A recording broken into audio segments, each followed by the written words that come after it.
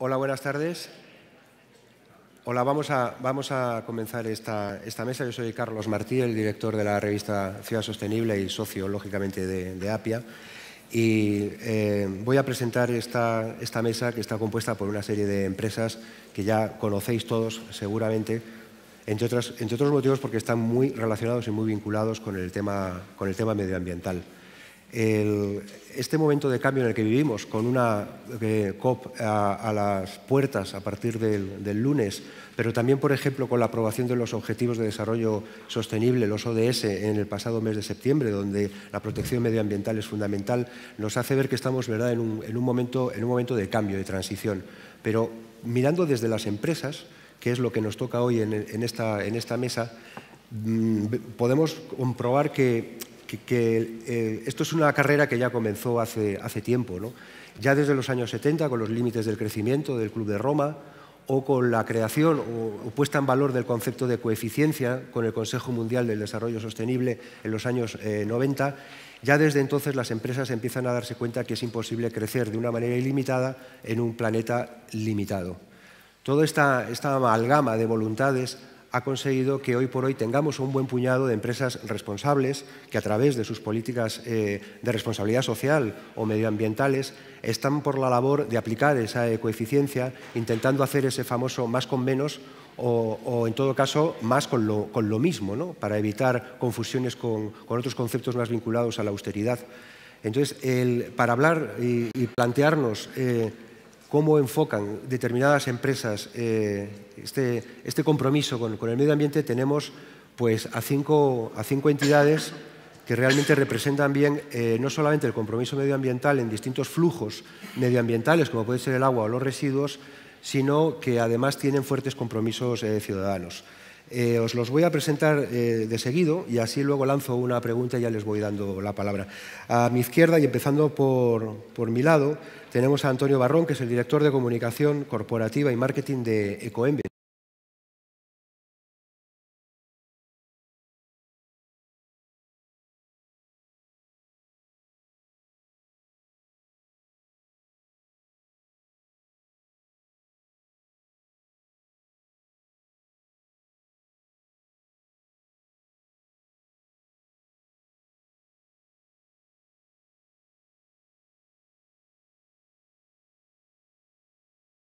A su lado está Fermín Martínez, que es el director de Relaciones Institucionales y de Comunicación de SIGAUS, el Sistema Integrado de Gestión responsable de recogida selectiva del aceite usado. Y finalmente, Isabel López Rivadulla, que es responsable de Comunicación y Marketing de Signus, que es el Sistema Integrado de Gestión de los neumáticos. Como veréis, empresas puras y duras tenemos una, pero luego tenemos la suerte de contar con los SIG, que al fin y al cabo no dejan de ser entidades que agrupan a cientos y cientos de empresas que, bueno, manteniendo y siguiendo lo que marcan los parámetros de la ley, son responsables de gestionar los residuos una vez que los bienes se han consumido, ¿no? Por lo tanto, tenemos una mesa formada por SIGs, empresas y dos flujos fundamentales, que son la gestión de los residuos de todo tipo y el agua, nada menos, ¿no? Vamos a empezar con una primera ronda de presentación, no tanto de presentación de organización, porque estamos entre compañeros, entre periodistas que os conocen vuestras organizaciones sobradamente, pero sí me gustaría que nos hablarais en este momento de cambio del que hablaba, con la COP al venir, con este acuerdo, todos esperamos, global y vinculante para la reducción de emisiones, en este momento difícil en el que estamos. ¿Cómo afrontan vuestras organizaciones vuestras estrategias de cambio climático para combatir el cambio climático hacia vuestros diferentes grupos de interés, ya sean empresas adheridas, ciudadanos, administración local? Empezamos por aquí, si os parece, ¿eh? Antonio. Muy bien, pues empezando por mi lado, muy brevemente, doy por hecho que todos conocéis a Ecoembes, pero por hacer un pequeño matiz del funcionamiento, es un sistema integrado de gestión, somos una empresa privada, gestionamos los envases que van al contenedor amarillo y al contenedor azul, con una peculiaridad. Lo que hacemos es coordinar el que tres patas funcionen bien, que son las empresas responsables de los envases que ponen en el mercado, pero por otro lado las administraciones y finalmente los ciudadanos.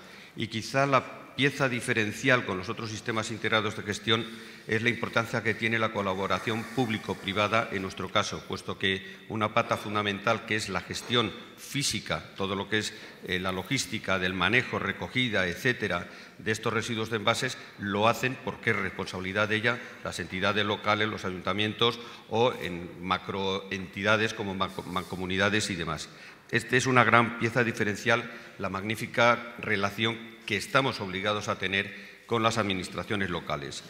En el caso nuestro, la vinculación con el medio ambiente es absolutamente obvia, puesto que el hecho de reciclar envases comporta beneficios no solamente sociales, se genera economía verde, se genera riqueza, sino que directamente son beneficios medioambientales, no solo ahorrar materia prima, sino que el proceso de reciclado es medioambientalmente mucho más sostenible que la extracción de materia virgen, de materia prima.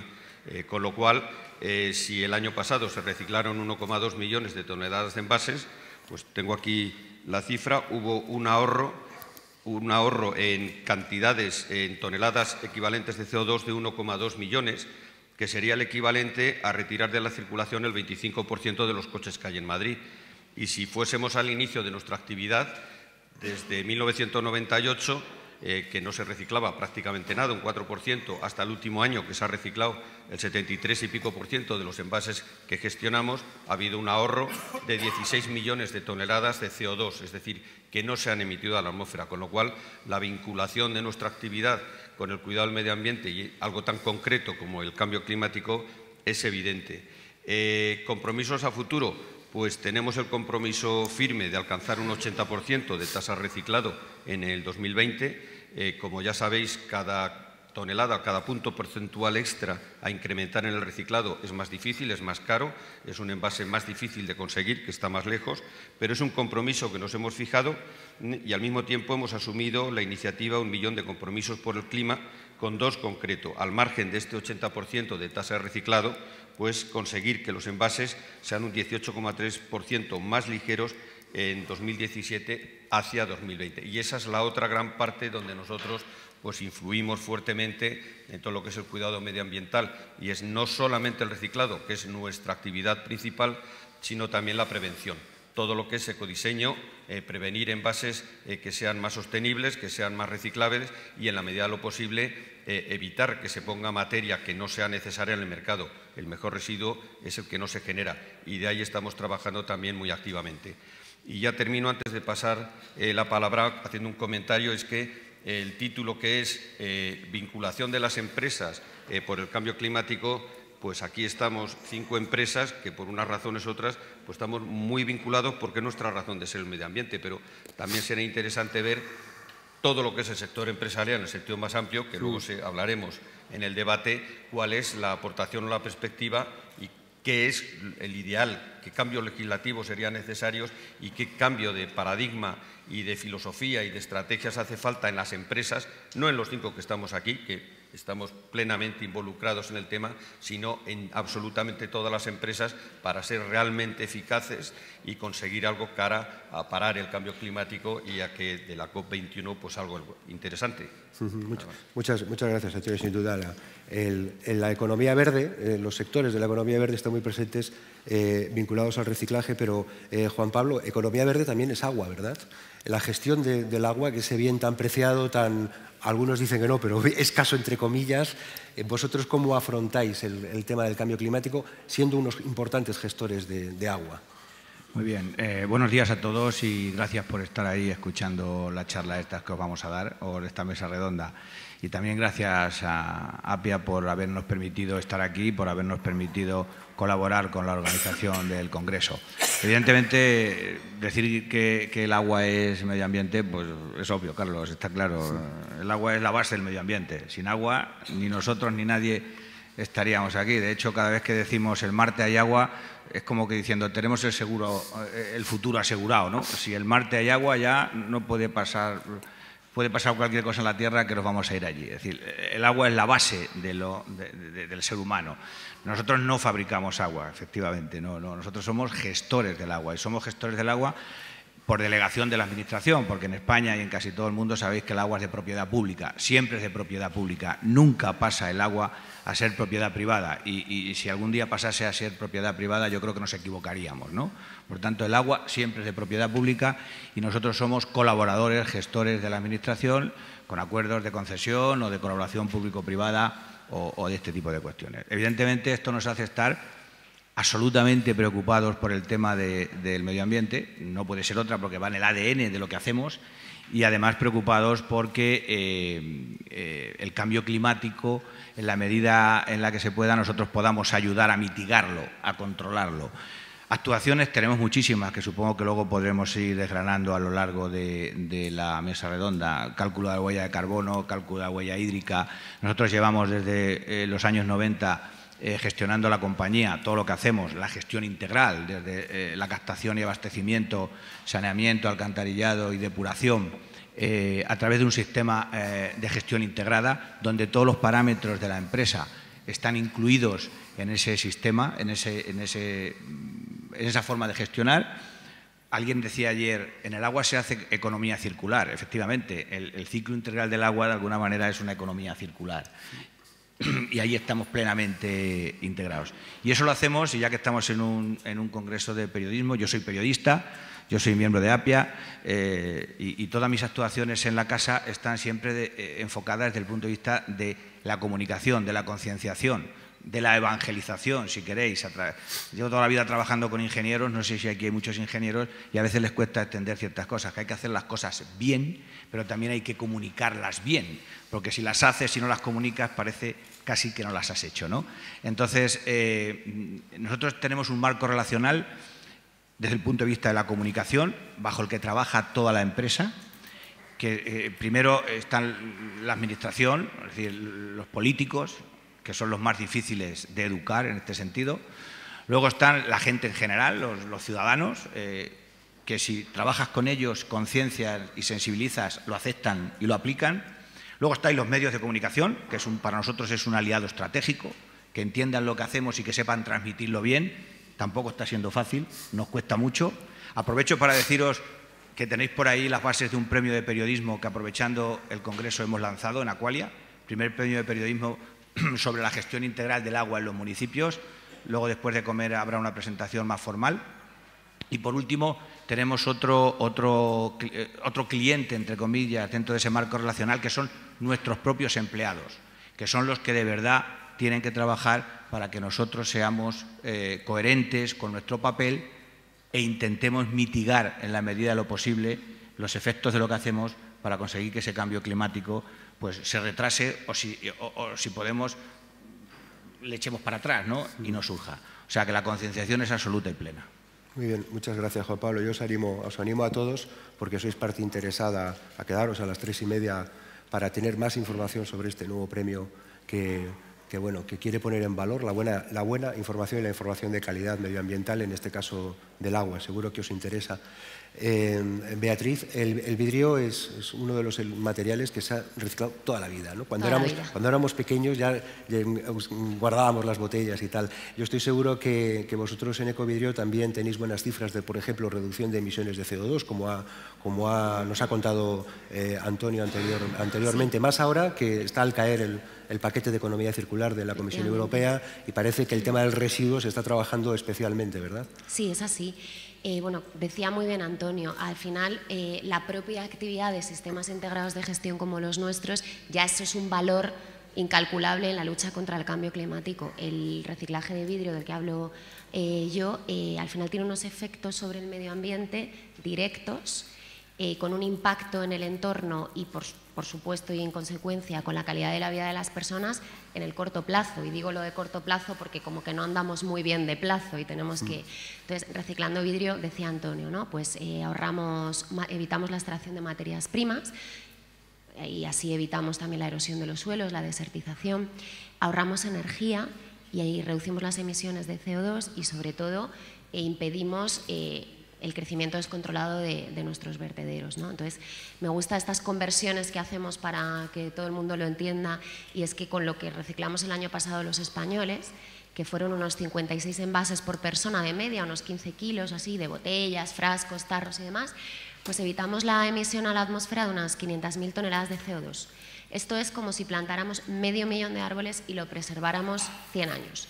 Esto solo con lo que hicimos el año pasado, con lo cual primer beneficio directo, como digo, a corto plazo para luchar contra el cambio climático. Y luego hay otro tema que a mí me gusta mucho resaltar, porque además ha salido en estas jornadas. Se ha hablado mucho de economía circular, habló la ministra en la apertura, y bueno, yo quería poner de manifiesto que los sistemas integrados de gestión y ecovidrio llevamos 20 años haciendo economía circular, 2 décadas. Al final, la economía circular lo que hace es convertir a un residuo, como decías tú, en un recurso muy valioso. En el caso del vidrio es súper claro, porque es un reciclado perfecto en el que cada envase se convierte en otro envase, se puede reciclar infinitas veces. Entonces, imaginaos si no tenemos en cuenta la necesidad de que ese cambio de paradigma se haga extensible a toda la sociedad. Y nosotros trabajamos en promoverlo y en potenciarlo. Para promoverlo y para potenciarlo, al final solo hay una forma de hacerlo, y es que solo se puede poner en marcha este círculo perfecto con la ayuda de los ciudadanos. Nosotros les tenemos que pedir la colaboración, ellos tienen que hacer el esfuerzo. Como decía Antonio, nosotros trabajamos codo con las administraciones públicas, pero quien lo pone en marcha son los ciudadanos. Así que parte de nuestra labor, y lo extrapolo incluso para frenar el cambio climático, va de convencer a la ciudadanía de que hay que frenar el cambio climático. Y entonces pues dedicamos muchísimo esfuerzo a convencerles de que merecen la pena, ¿no? Decía nuestro ponente, ¿no? Sami, decía que el hombre al final es un producto de la tierra. Entonces nosotros nos esforzamos mucho en trasladar que el reciclaje no es una imposición, sino que tiene que ser una forma de vida. Así que hacemos todo tipo de campañas de sensibilización, de concienciación, como unas 300 al año. Vamos a los coles, estamos con 500.000 escolares en 1.500 centros de toda España. Trabajamos con el 27% de los hosteleros de nuestro país, que son muchos hosteleros, muchos, porque en este país hay muchos bares, para explicarles que al final de ellos un poco depende que este cambio de paradigma hacia la economía circular pues sea una realidad, ¿no? Y que se quede en algo más que en palabras. Por nuestra parte, nos esforzamos muchísimo en mantener un servicio público, universal, gratuito, trabajar con los entes locales, los ayuntamientos, que al final tienen la competencia de la gestión de los residuos, poner todos los medios al alcance del ciudadano para que tengan todas las herramientas posibles para que sea fácil reciclar. Tenemos 195.000 contenedores verdes en España, la tasa más alta de Europa, para que ya no haya más remedio que ir y poner en marcha, ¿no?, ese círculo perfecto del que hablamos. Muy bien, muchas gracias, Bea. Fermín, hablábamos del paquete de economía circular, pero también en España ha habido importantes novedades legislativas, ¿no?, respecto a la gestión de los residuos. Vosotros trabajáis con un residuo que no tiene circuito municipal, pero que es fundamental. Además tenéis últimamente una enorme visibilidad en los medios de comunicación, gracias precisamente a vuestras estrategias de comunicación vinculando la recogida del aceite usado con el medio ambiente. Cuéntanos un poco en qué momento estáis.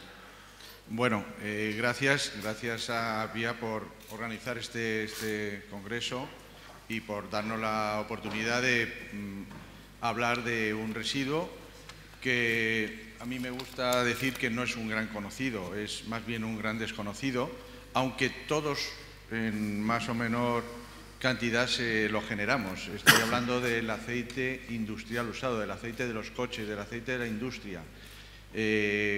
Cuando hablaba el representante de Aqualia, pues pensaba, caray, también en la producción de agua se genera aceite usado, en las compuertas de los embalses, en las bombas para mover el agua. Siempre hay aceite y ese aceite al final se convierte en un residuo y hay que gestionarlo. No es solamente el aceite de los coches, no es solamente el aceite que podemos pensar en procesos industriales, sino en prácticamente toda la actividad de todos los sectores se genera aceite usado. Y bueno, aunque hay novedades legislativas, también me gusta decir que curiosamente es el residuo que antes se empezó a regular en la Unión Europea. Estoy hablando del año 75, antes incluso de la primera Directiva Marco de Residuos, ya se empezó a regular la gestión de este residuo. ¿Por qué? Porque es un residuo peligroso. ¿Y por qué también? Porque se puede aprovechar al 100%. O sea, hay que evitar el mal uso de este residuo y tratar de aprovecharlo. Sigaus, yo represento una entidad de empresas que gestiona el aceite usado en nombre de los fabricantes de los lubricantes. ¿Qué logros relacionados con el cambio climático? Bueno, desde hace unos años hemos empezado a valorar estos beneficios ambientales porque bueno, no nos dábamos cuenta, en definitiva, estábamos aplicando una legislación, estábamos obligados a cumplir una serie de objetivos y decíamos, bueno, evidentemente esto repercute en beneficio del medio ambiente y se aprovecha un recurso. Ahora, al hablar de la economía circular, estamos aprovechando el residuo y dándole una nueva vida. Pero bueno, en términos de cambio climático, de reducción de gases de efecto invernadero, pues al año estamos reduciendo la cantidad de 250.000 toneladas de CO2. Es una cantidad importante. ¿De qué manera? Pues dando ese buen uso al aceite usado, evitando que se utilice, por ejemplo, en otras alternativas más contaminantes y regenerándolo, o permitiendo que con esa regeneración evitar el consumo de otros recursos, como es el petróleo, que para su fabricación, para la fabricación de los lubricantes, pues contaminaría más.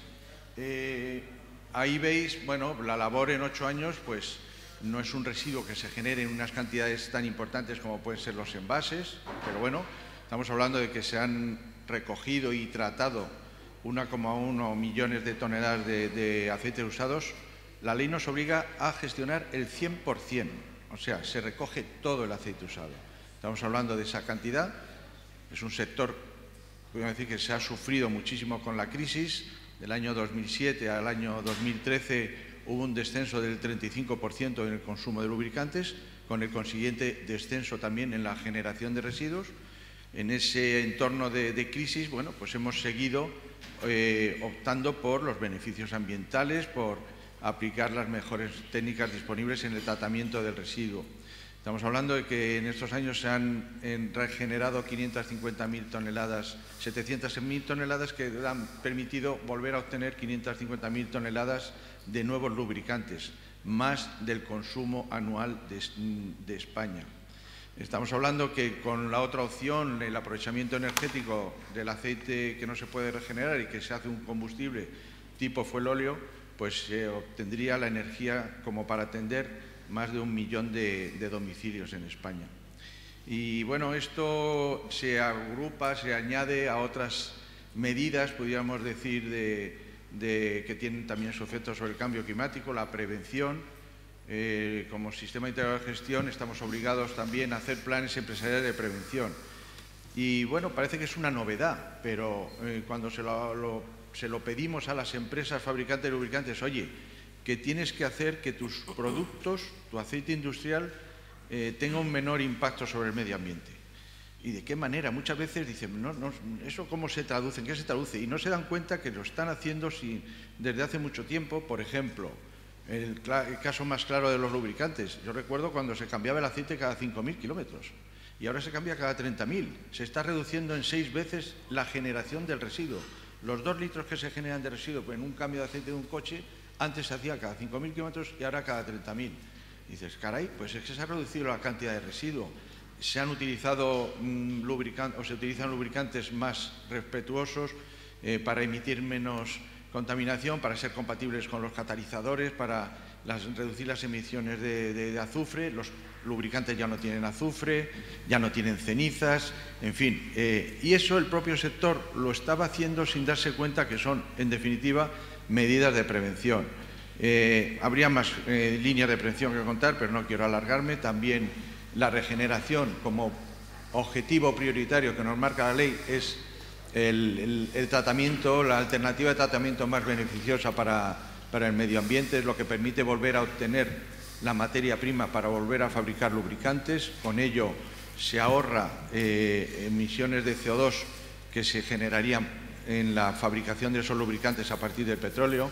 Si se dedica el aceite usado a regenerar y no se dedica a valorizar energéticamente, se reducen por cada tonelada regenerada 3 toneladas de CO2. En definitiva, es una de las opciones que nosotros consideramos con mayor impacto sobre el cambio climático. Y bueno, todo esto nos ha obligado también a hacer campañas de comunicación para sensibilizar a los fabricantes de lubricantes, para sensibilizar a los productores del residuo.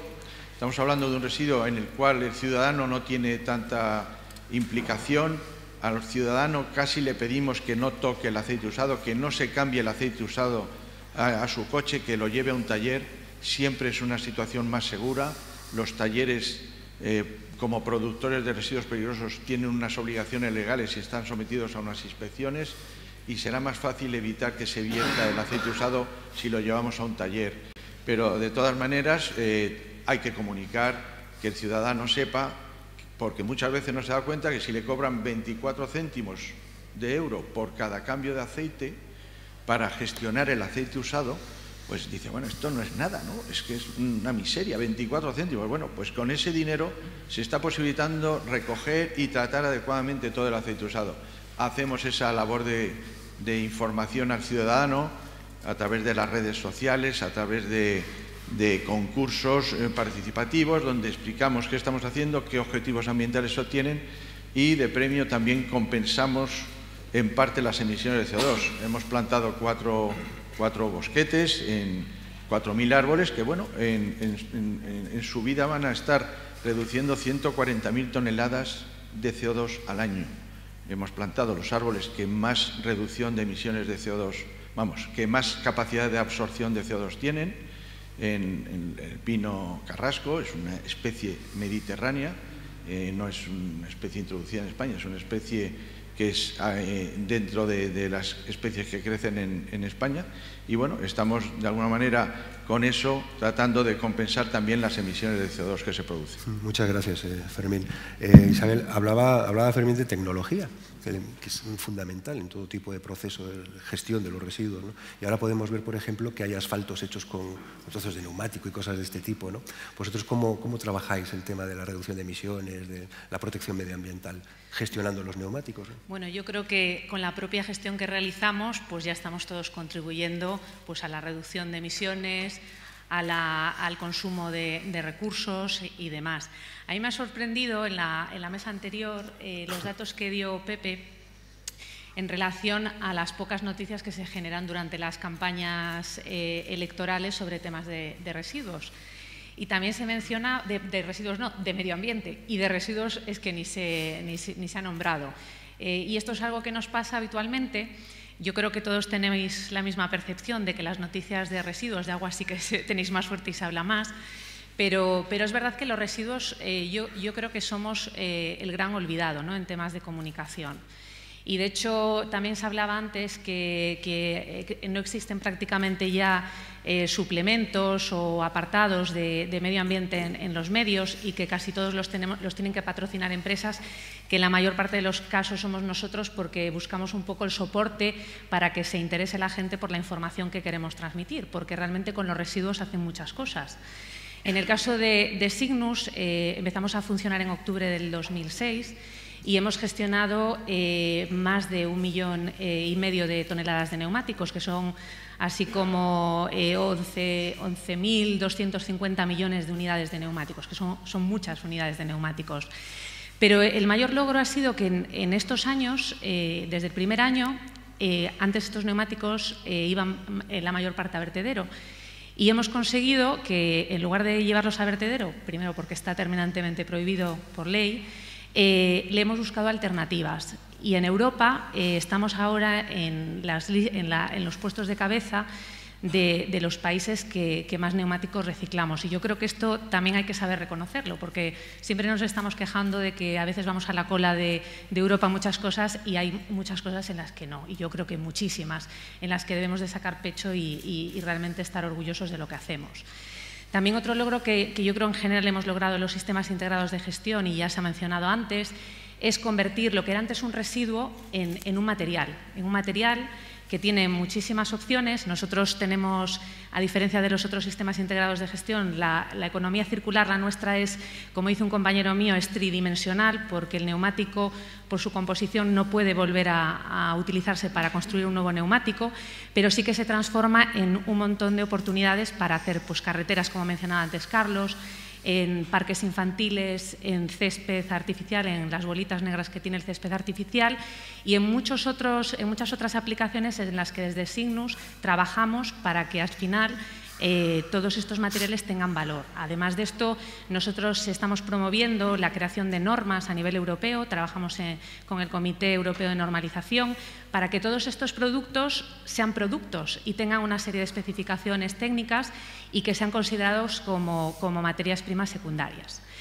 Me gustaría también hacer aquí una reflexión, porque el tema de cómo nos comparamos respecto a Europa, pues a mí siempre me llama mucho la atención de que siempre nos creemos peor de lo que somos. Y la semana pasada tuve la oportunidad de estar en Bruselas con un compañero mío en un evento que organizaba pues, el Cygnus belga.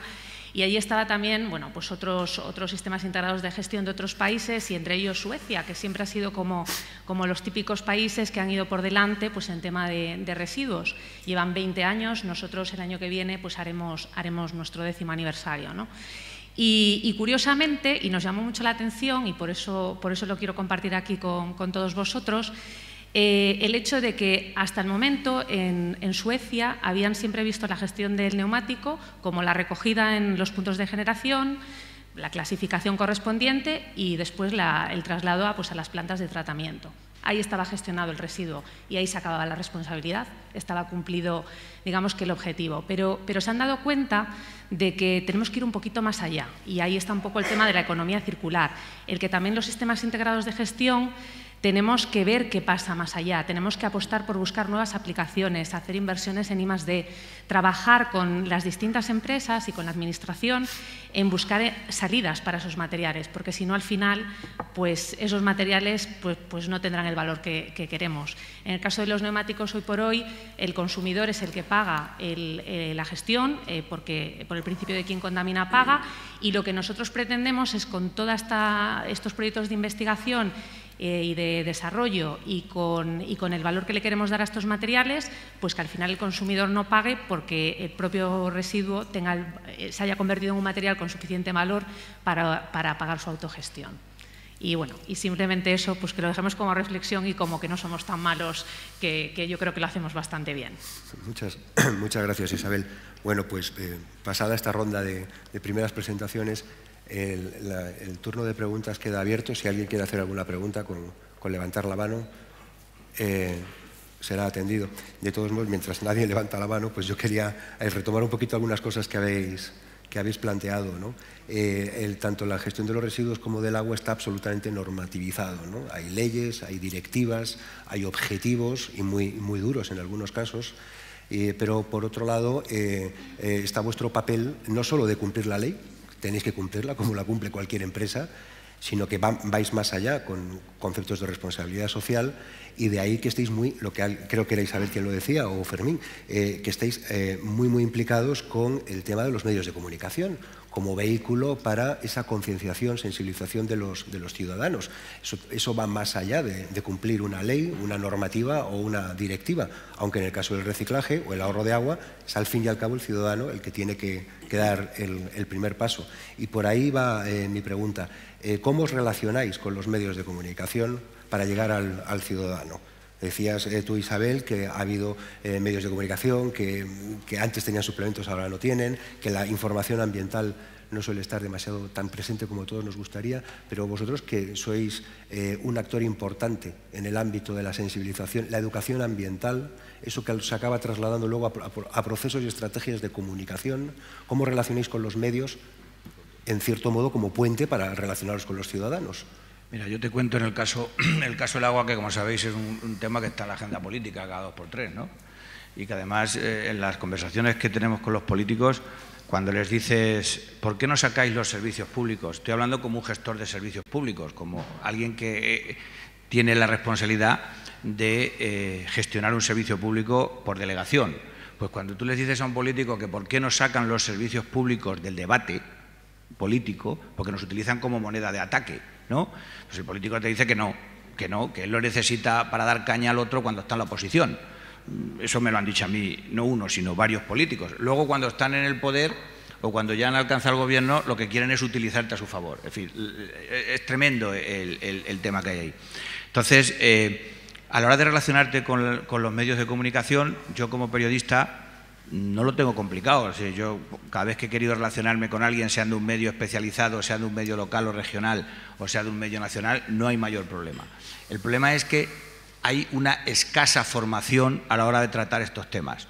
Nosotros, por los últimos tiempos, y los que seguís los medios lo sabéis de sobra, el tema del agua está siendo muy maltratado. No digo que sea maltratado, sino maltratado informativamente. Entonces, nosotros hemos editado hace muy poquito un argumentario para nuestra gente. Nosotros estamos en España en más de 800 poblaciones y trabajamos en 22 países y sitios tan peregrinos como Sicilia, donde estamos en 21 poblaciones, en una provincia, la provincia de Caltanissetta, que tiene 21 poblaciones, y estamos en no sé cuántas causas penales en Italia por atentado ecológico, precisamente porque las depuradoras que tienen allí funcionan fatal y nosotros hemos intentado, hasta donde nuestro ámbito de responsabilidad, colaborar a que esas depuradoras funcionen bien, con una tecnología súper obsoleta. Pero al final quien tiene que hacer la inversión o cubrir la inversión es la administración pública, bien con fondos europeos o bien con fondos propios. Y no hay manera de que la administración pública cubra eso, con lo que nosotros como empresa contratada nos llueven las denuncias de los ciudadanos, ¿no? Y tenemos que responder a ellas. Es un tema muy delicado. Allí hay todavía poblaciones que no tienen depuradora, que vierten libremente, y estamos hablando de Italia, que es un país del G8. En fin, la situación es muy complicada y si se la quieres explicar a los políticos no la entiende. Pero cuando tienes que abordar los medios de comunicación, el desconocimiento es absoluto. Nosotros, como os decía, hemos hecho un argumentario para intentar poner luz en temas como, por ejemplo, ¿qué significa el derecho humano al agua? Pues la mayoría, supongo que todos vosotros sí lo sabéis, pero la mayoría de los periodistas de información general no saben lo que es el derecho humano al agua. No saben lo que significa el derecho humano al agua. Incluso cuando cortas el agua a alguien, por las razones que sean, te dicen que estás conculcando el derecho humano al agua. Es falso. O sea, es decir, hay un problema de desinformación que nosotros intentamos paliar con formación, pero a veces no es fácil. Las redacciones cada vez tienen menos gente, cada vez tienen que hacer más cosas a la vez. Si yo tengo que contarle, no sé, pues a alguien de La Rioja, o a alguien de Extremadura, o a alguien de Andalucía, pues no os digo ya en Sicilia, qué significa el ciclo integral del agua, lo que implica, lo que tú decías, campañas de concienciación del aceite usado, etcétera, etcétera, para que no lo tiren por el desagüe, todo lo que ocasiona las depuradoras. Eso es una tarea tremenda, pero que a pesar de eso la hacemos todos los días. Y está concienciado todo nuestro jefe de servicio, por muy pequeña que sea la población, está concienciado para hacerlo sin dilación. Es decir, que nosotros formamos a nuestra gente para que ellos a su vez sean capaces de relacionarse sin problemas con los medios de comunicación. Ahí está luego la receptividad de los medios de comunicación y las ganas de formarse y entender estos temas, que a veces no es fácil tampoco. Gracias, Juan Pablo. ¿Quién más quiere? Bueno, Antonio. yo ampliando y complementando la relación con los medios de comunicación, es de perogrullo decir que es absolutamente fundamental, puesto que estamos hablando de algo que implica a educar y sensibilizar a la población. En el agua es el ciudadano el que debe ahorrar y ser consciente de un consumo. En el caso del reciclaje de residuos, sobre todo de envases, que es algo más diario, es el ciudadano el que tiene que hacerlo. Si no se convence y no ve una razón de ser, pues no tendrá motivación, y para ello todo lo que es la comunicación en todos sus ámbitos es fundamental. En la mesa anterior se hablaba de la reducción que hay en los grandes grupos. Hay reducción de recursos, reducción de espacios, externalización, y en muchas ocasiones pues, se está cubriendo la información cuando surge, y no hay más remedio que cubrirla pues, por becarios y personas que no tienen un conocimiento suficiente. Desde nuestra parte, por Ecoembes, pues el esfuerzo es, con aquellos medios y periodistas especializados que saben que estáis aquí muchos de vosotros, es mantener la mejor relación posible, ser transparentes e informar y convencer de que a su vez ha de ser correa de transmisión informar, pero más allá pues dedicamos esfuerzo. 2 o 3 veces al año hacemos seminarios, cursos para periodistas que pretendemos que sean lo más amplios posibles, y algunos de vosotros habéis estado en estos cursos y habéis estado como ponentes, pero lo que pretendemos es que sean, y en número grande, 20, 30 periodistas jóvenes, recién licenciados, que puedan aprender y que puedan aprender sobre todo sensibilizados alrededor del tema del medio ambiente. Y luego una tercera labor muy importante es cuando ya salimos de Madrid o de las grandes ciudades, vas a cabeceras provinciales, te reúnes con los periodistas o con los medios de una capital de provincia, de una capital de una comunidad autónoma, te reúnes con 9 o 10 periodistas y cada 2 años de esos 9 o 10 periodistas 8 son nuevos.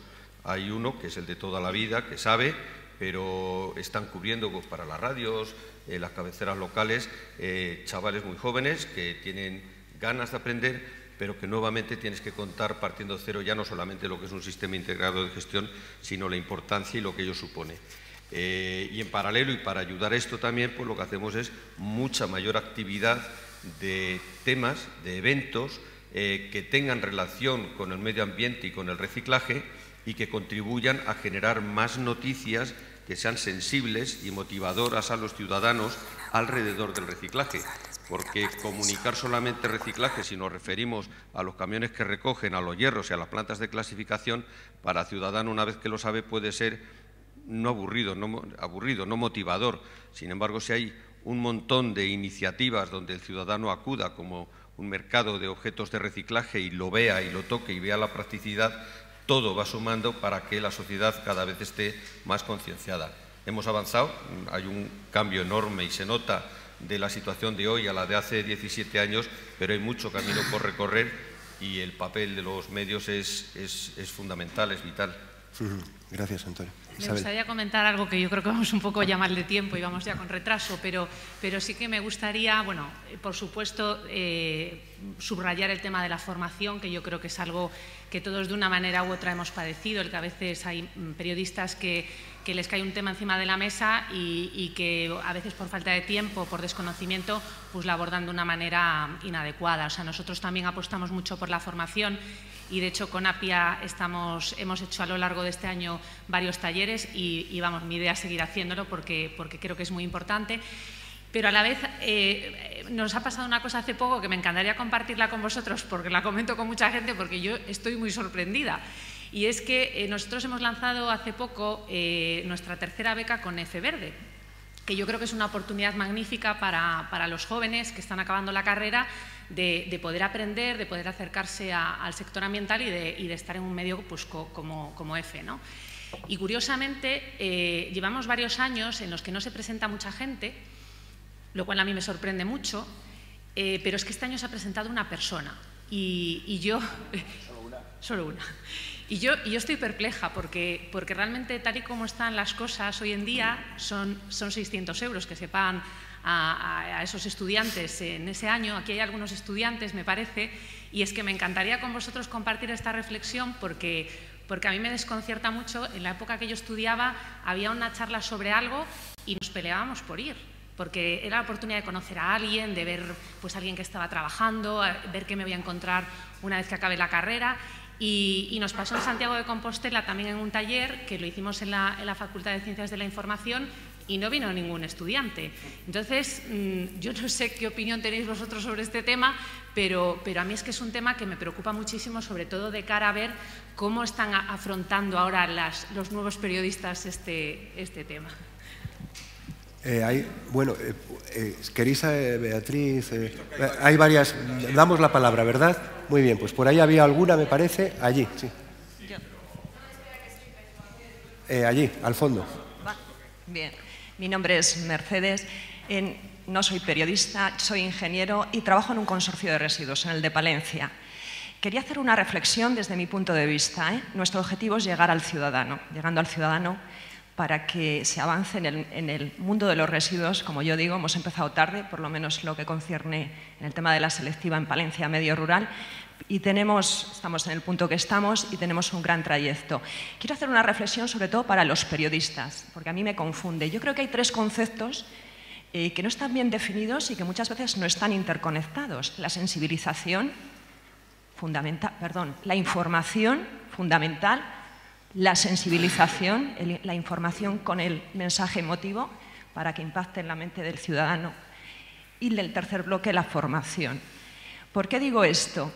porque ayer teníamos unas jornadas sobre la gestión de los residuos municipales para trasladar estos conceptos que estamos abordando hoy aquí, como la economía circular, la huella del carbono, estos conceptos que los tienen que saber también los ciudadanos y los responsables municipales de los pequeños pueblos. ¿Por qué digo esto? Porque muchas veces asistimos, hay información y no hay sensibilización, o no hay siquiera información, pero hay otras veces que hay sensibilización y a lo mejor no tenemos la información completa. Estamos asistiendo a una etapa en la que en los municipios pequeños de Castilla y León hay muchos municipios pequeños en los que ya quieren tener su contenedor amarillo. Y muchas veces el hecho de ir a por un contenedor amarillo a un pueblecito muy pequeño, hay que explicarle al alcalde que tiene que tener esa información, que a lo mejor el coste ambiental de recoger un contenedor en un pueblo muy pequeñito, situado en la montaña palentina, tiene un coste ambiental muy superior al beneficio ambiental, precisamente por el tema de la huella del carbono. Es decir, desde mi punto de vista, como una persona que trabaja en esa gestión provincial de la recogida de contenedores. ¿Cómo estamos abordando el tema de la comunicación en esta triple visión? Información completa, sensibilización, vamos a impactar con mensajes emotivos y, fundamental, formación. Vamos a cambiar el comportamiento de las personas. Yo creo que aquí todos somos responsables, la Administración, pero me atrevo a decir que también son muy responsables las personas que llevan comunicación en las empresas y el mundo de la comunicación y de la prensa y de los periodistas. Gracias. Vamos a hacer todas las preguntas, si os parece. Luego, ¿quién había pedido la palabra? No lo sé, tú mismo. Sí. Sí. No, simplemente quería responder a Isabel, porque yo justamente me había hecho esa misma pregunta a lo largo del último año en varias ocasiones, ¿no? Y me tenía intrigado porque en general veía muchos menos estudiantes en muchos eventos, tanto nuestros como de otra gente, ¿no? Y bueno, alguien me dio la respuesta, o bueno, me dio una posible respuesta, ¿no? Y es que a lo mejor ahora los alumnos tienen más complicado salir de las aulas, en muchos casos, en muchas universidades, o por lo menos lo que me dijeron, y que o llegas a convenios muy determinados con las universidades, o a través de créditos, o estímulos de ese tipo, o está muy complicado el poder contar con los alumnos. Bueno, pero eso va, perdona, en perjuicio un poco después del aprendizaje y de lo que es la vida. O sea, eso a mí nos pasó en Santiago, que nos lo explicó así el decano, pero es que no me creo que, no lo sé, es verdad que ahora ha cambiado mucho el tema académico y ahora estoy un poco desconectada en ese sentido, pero hombre, una horita a ver a alguien, o sea, teníamos a un montón de gente en Santiago, entre ellos a Cristóbal Ramírez, aquí presente, y es que, es que cualquier persona con interés en el periodismo ambiental se pegaría por escucharle y no por hacerte la pelota, pero es verdad. Puede ser, por eso quería un poco hacer esta reflexión, porque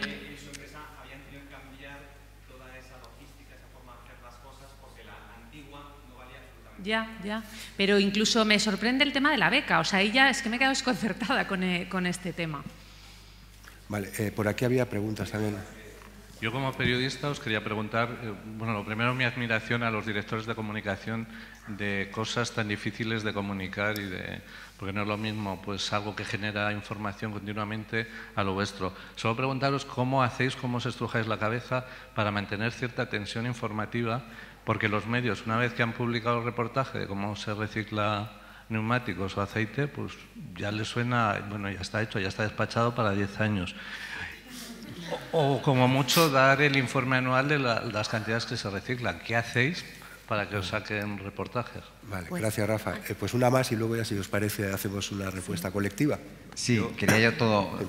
Bueno, también es otra de las cosas que me surgen a mí como informador, que cuando estás hablando de la SIC y el trabajo de la SIC, siempre hay un murmullo, que es el que me gustaría que comentarais vosotros, porque lo sufriréis todavía más que nosotros, y es el tema de ¿para qué voy a trabajar yo para otros? ¿Para qué voy a estar yo reciclando para que luego haya empresas que ganen dinero? Eso lo están diciendo incluso señores catedráticos, gente con mucho peso mediático, y eso sí que cuesta. En el momento en el que vivimos, de que todo tiene un precio, yo voy a estar trabajando gratis para eso, pues yo no. al final dices, bueno, pues tiro la basura, como hacen algunos, tiro la basura al suelo porque así estoy dando puestos de trabajo.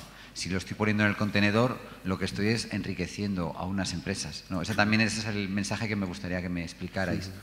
Podría ya, por lo menos ya hay tres. Sí, vamos a empezar ya a responder, que hay mucha tela que cortar. Y me gustaría, bueno, a la persona de Palencia, me ha parecido oír Palencia con P de Palencia. Con P. Curiosamente nosotros hemos iniciado este año dentro de nuestro plan de comunicación un apartado que llamamos plan de formación, aunque yo mismo he tenido dudas, visto a quién va dirigido, si en algunos casos es un plan de información, es una labor de información, o es una labor de sensibilización, o es una labor de formación. Porque al final, en las jornadas que vamos a celebrar, pues reunimos a sectores muy diferentes. Administraciones públicas como que hay que informarlas, porque no les vas a formar, para eso son administraciones públicas, se supone, ¿no? Y les informamos de lo que hacemos. Pero luego también hay sectores que son los que generan el residuo, por ejemplo, que hay que sensibilizarles. Y bueno, pues les sensibilizamos. Y luego, en definitiva, también hay algunas empresas que hay que formarles porque a lo mejor no se está llegando a hacer las cosas bien y hay que decirles cómo se hacen las cosas bien. Bueno, es evidente que a veces todas nuestras acciones se confunden. Empezamos al inicio de nuestra actividad, de alguna manera, sensibilizando a empresas pues para que supieran que hay unas normas que cumplir y que había que hacer las cosas bien y que habría que participar en SIGAUS, por ejemplo, ¿no? Después hemos acabado al final informando porque, bueno, tampoco era más inconveniente llevar otro tipo de acciones. Pero bueno, en definitiva, es una mezcla de las tres cosas, muchas veces las que hacemos. ¿Cómo mantenemos esa tensión informativa? Pues nosotros, gracias a nuestro Departamento de Comunicación, por ejemplo, en las redes sociales, a base de esos concursos que terminan en árboles reales plantados con el nombre de unos ganadores, mantenemos una tensión durante 3-4 meses en los ciudadanos con una enorme receptividad en los medios sociales, en las redes sociales. Y bueno, porque evidentemente lanzar un mensaje a prensa escrita o a un medio digital con nuestros datos anuales se termina en la publicación de los datos anuales y punto. O sea que a veces pues tenemos que forzar un poco la marcha. Y en cuanto ¿para qué voy a trabajar para otros?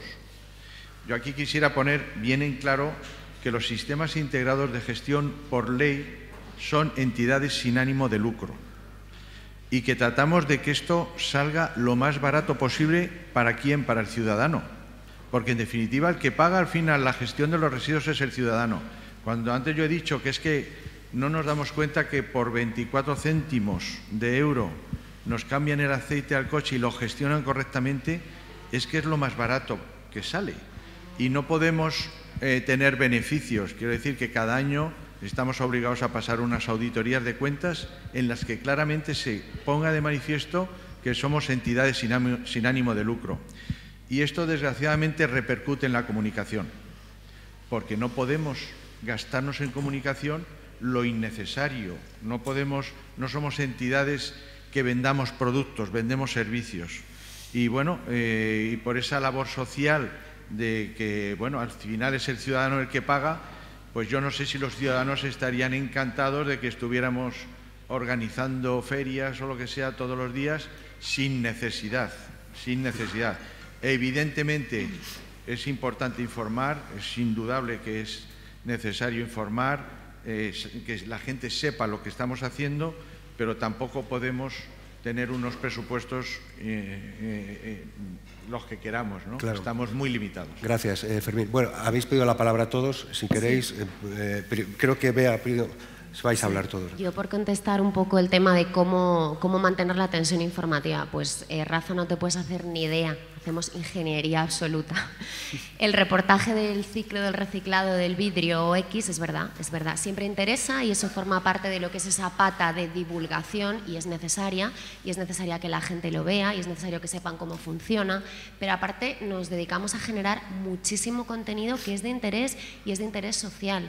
Hacemos estudios hablando de los hábitos de los españoles en el reciclado, de cómo se reciclan en unas comunidades, de cómo se reciclan en otras. Hacemos muchísimas actividades en la calle para llegar a la gente, para mover a la gente, que además son noticiables por lo insólitas. Pues, por ejemplo, nosotros hemos regado Madrid. La última acción que hicimos fue regar Madrid de contenedores rosas, que además lo hicimos en el día contra el cáncer de mama y llamábamos a los ciudadanos a reciclar vidrio y por los kilos de vidrio que reciclaban donábamos a la Asociación contra el Cáncer de Mama.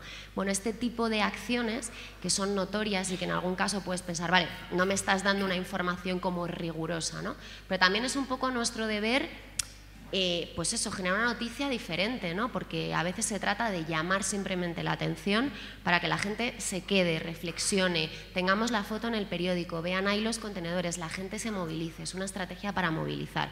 Sin dejar, ya te digo, de lado esa pata que es la de informar, la de divulgar. Llega Navidad, en Navidad crece el consumo de vidrio a tope porque todos nos ponemos hasta arriba de brindar y entonces estamos ahí, contamos en el telediario que en Navidad se genera el 30% del vidrio de todo el año, o sea, siempre estamos dándole un poco vueltas y por unir un poco con lo que decía Fermín, es cierto, y también un poco haciendo autocrítica, que quizá nuestra labor de comunicación tiene que estar un poco más centrada en derribar esos mitos que comentabas. Es verdad que se sigue oyendo mucho estas cosas de, bueno, ¿y quién se enriquece con esto del reciclado? Pues lo decía muy bien Fermín. Nosotros estamos cansados de, por activa y por pasiva, a través de las jornadas que hacemos con APIA, contarle a los nuevos estudiantes, a la sociedad, a redes sociales, que somos entidades sin ánimo de lucro, que ofrecemos un servicio público y universal. Pero es verdad que quizá, y en eso a lo mejor tenéis vosotros, os traslado también un poco de responsabilidad, ¿no? Tienes que hacer las preguntas adecuadas y también que nosotros sepamos trasladar bien los argumentos, porque estos mitos hacen daño. Al final nos estamos jugando pues que la gente tenga ciertas resistencias y no se anime, ¿no? a poner en marcha la cadena del reciclado. Entonces, como autocrítica igual nos lo apuntamos, que tenemos que ser todavía mucho más impetuosos en derribar estos mitos que son leyendas urbanas, no tienen...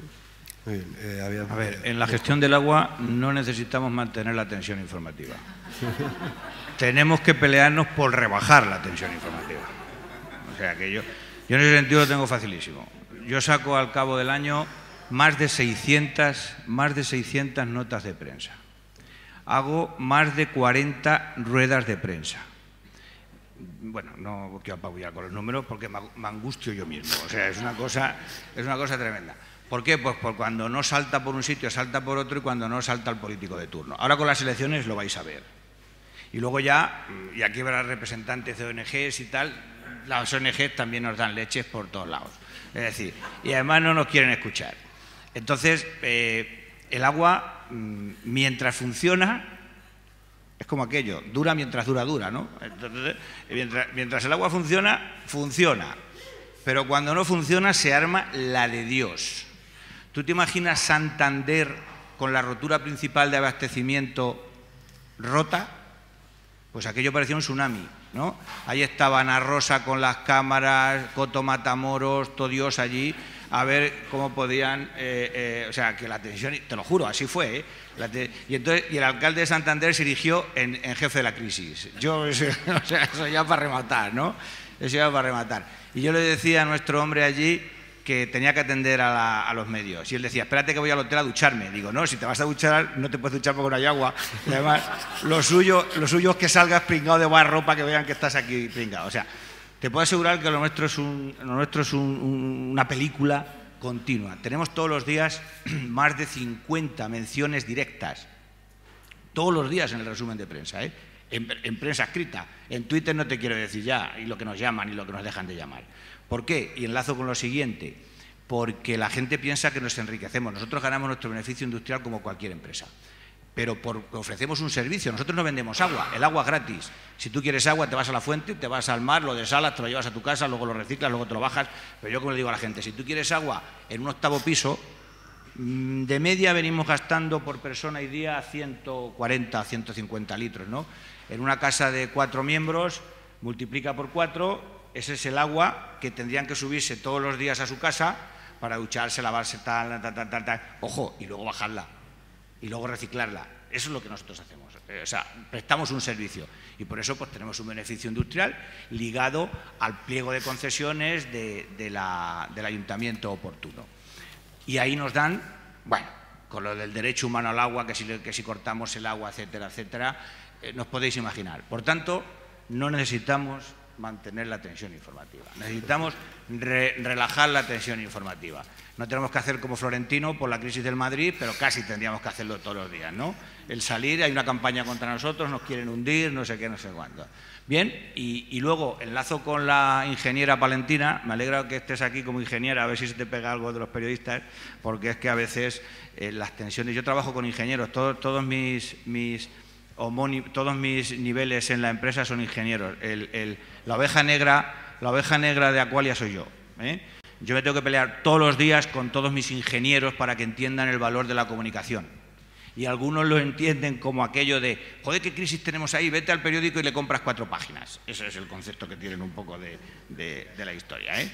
Y es todos los días, dale, para que entiendan que esto es otra historia. Entonces, nosotros hacemos formación interna y formación externa. Igual que os decía que hacemos más de 600 notas de prensa, hacemos más de 300. La nota de prensa interna la llamamos flash informativo. Hacemos prácticamente un flash diario de información sobre estos temas también a nuestra propia gente. Estamos muy dispersos, muy atomizados.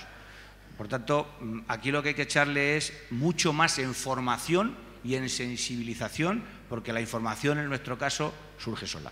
Muy bien. Antonio. Muy brevemente, por matizar lo que ya se ha dicho y por no repetir, la tensión informativa se mantiene generando información que sea relevante y que pueda salir recurrentemente en los medios de comunicación y que no sea aburrida y que no se repita sobre lo ya publicado anteriormente.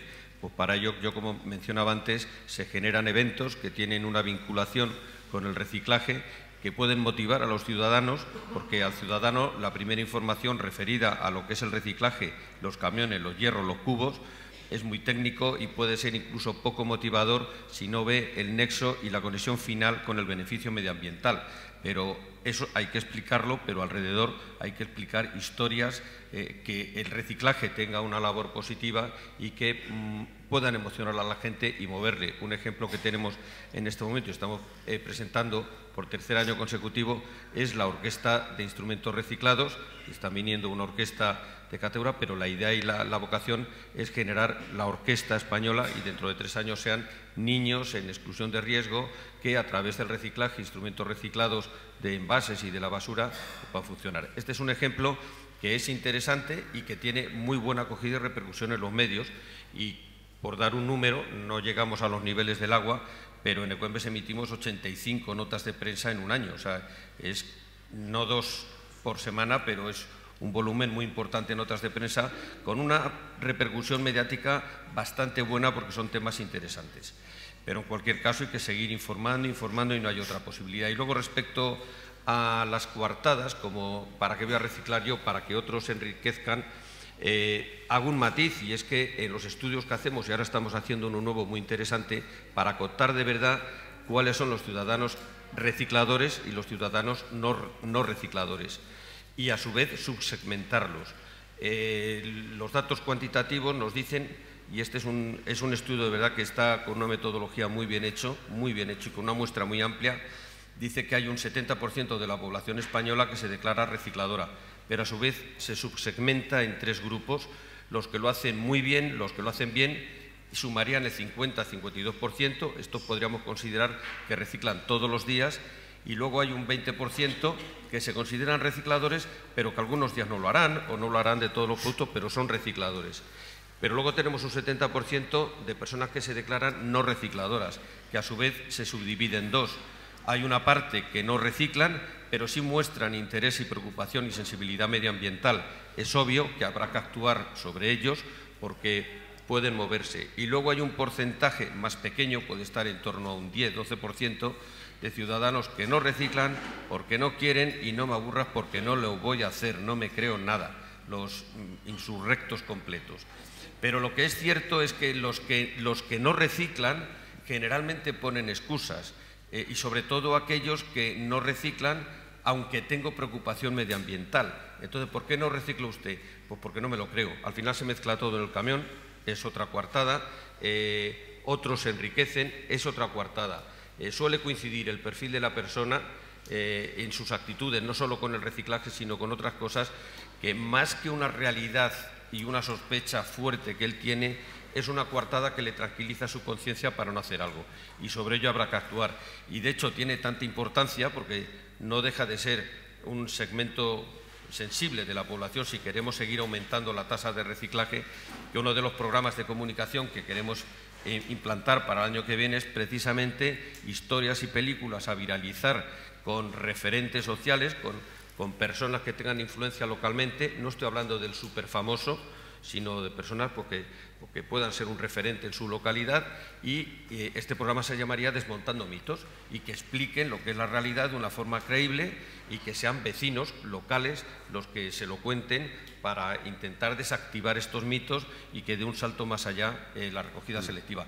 Pero por eso digo que son mitos que son utilizados por un porcentaje de población precisamente como coartada y tranquilizar su conciencia. Vale. Pero bueno, están ahí y hay que actuar sobre ellos. Gracias, Antonio. Isabel, quedas tú por responder. Bueno, yo ya muy brevemente, que sí, a mí me agobia mucho el tema del tiempo, que ya sé que siempre pasa esto. Pues no, yo, por contestar brevemente a lo de la tensión informativa, en nuestro caso nos pasa un poco como a Sigaos. Nosotros, a diferencia de Ecoembes y Ecovidrio, no tenemos que hacer esa labor de concienciación, porque el ciudadano, cuando cambia el neumático, pues hoy por hoy lo deja en el taller, no se lo lleva debajo del brazo. Entonces nosotros estamos recogiendo pues incluso por encima de lo que deberíamos de recoger. Creo que a vosotros os pasa exactamente lo mismo. Pero nosotros, ¿cómo generamos información? Porque al final sí que tenemos la responsabilidad de decirle al ciudadano que cuando va a comprar un neumático y está pagando un importe de gestión por ese neumático, que además en el caso de los aceites y de los neumáticos viene explícito en la factura, y es para que el ciudadano sea consciente de lo que está haciendo, tratamos de contar un poco el más allá, que es lo que os comentaba antes, que aún no sucedía en Suecia, pero que ya sucede en España. Nosotros trabajamos mucho en lo que ocurre después de que se ha hecho la gestión, la recogida y demás. Es en todas las aplicaciones que hay, porque de alguna manera, entre todos, creemos que debemos de ser los que valoremos este tipo de materiales. Entonces nosotros pues la información la solemos orientar hacia ahí, sobre todo porque en la mayor parte de los casos, como es el tema de las mezclas asfálticas, pues tiene que haber concienciación de que realmente esto no es que simplemente vayas y utilices un residuo, lo que era antes un residuo, como un material, sino que realmente tiene una serie de propiedades y de ventajas que consideramos que es importante. Entonces nosotros tratamos de la información pues fomentarla por ahí, pero porque nos parece muy interesante. Muchas gracias. Es que yo no sé si había alguna palabra más, pero es que se nos ha terminado el tiempo. Es una pena porque han quedado cosas todavía pendientes por comentar, pero en todo caso, muchísimas gracias a Antonio, a Juan Pablo, a Bea, a Fermín y a Isabel. Espero que os haya servido esta charla y que conozcáis ahora un poquito mejor cuáles son los perfiles ambientales, ¿no? Y las estrategias ambientales y de comunicación de estos SIG y en concreto también de una empresa de agua. Además de los premios de Aqualia, precisamente esta tarde quedan 3 sesiones. Me decían que también os recordara que no os vayáis después de la última, porque se presentan o se entregan los premios vía Apia y vía Crucis, y estaremos encantados de que os quedéis a ellos. Muchísimas gracias a todos.